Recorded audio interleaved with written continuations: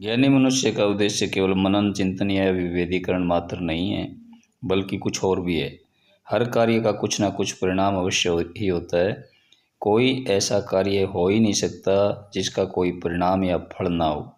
यदि एक विचारवान व्यक्ति केवल शब्द जाल में फंसा हो और उसके परिणाम फल का कोई लाभ न उठाता तो वही अज्ञानी है। यद्यपि निस्संदेह उसकी स्थिति अवश्य ही अज्ञानियों में श्रेष्ठ है, परंतु फिर भी वह ज्ञान के निकट होता हुआ अभी उससे रहित है। हम ऐसे ज्ञान को वाचिक ज्ञान जुबानी जमा खर्च कहते हैं। वह अपने को पुस्तकों के अध्ययन, भाषणों के श्रवण, दूसरों के विचारों को ग्रहण करने और उनको उद्धृत करने तक ही सीमित रखता है। वह उन्हें तोते की तरह दोहराता है और उसे आत्मसात नहीं कर सकता।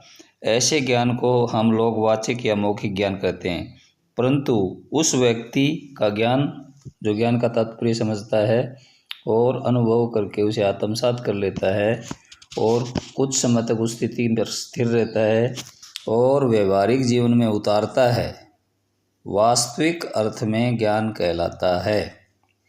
ज्ञान न तो आदर्श, पूर्णता या अंतिम अवस्था है और न हो सकता है।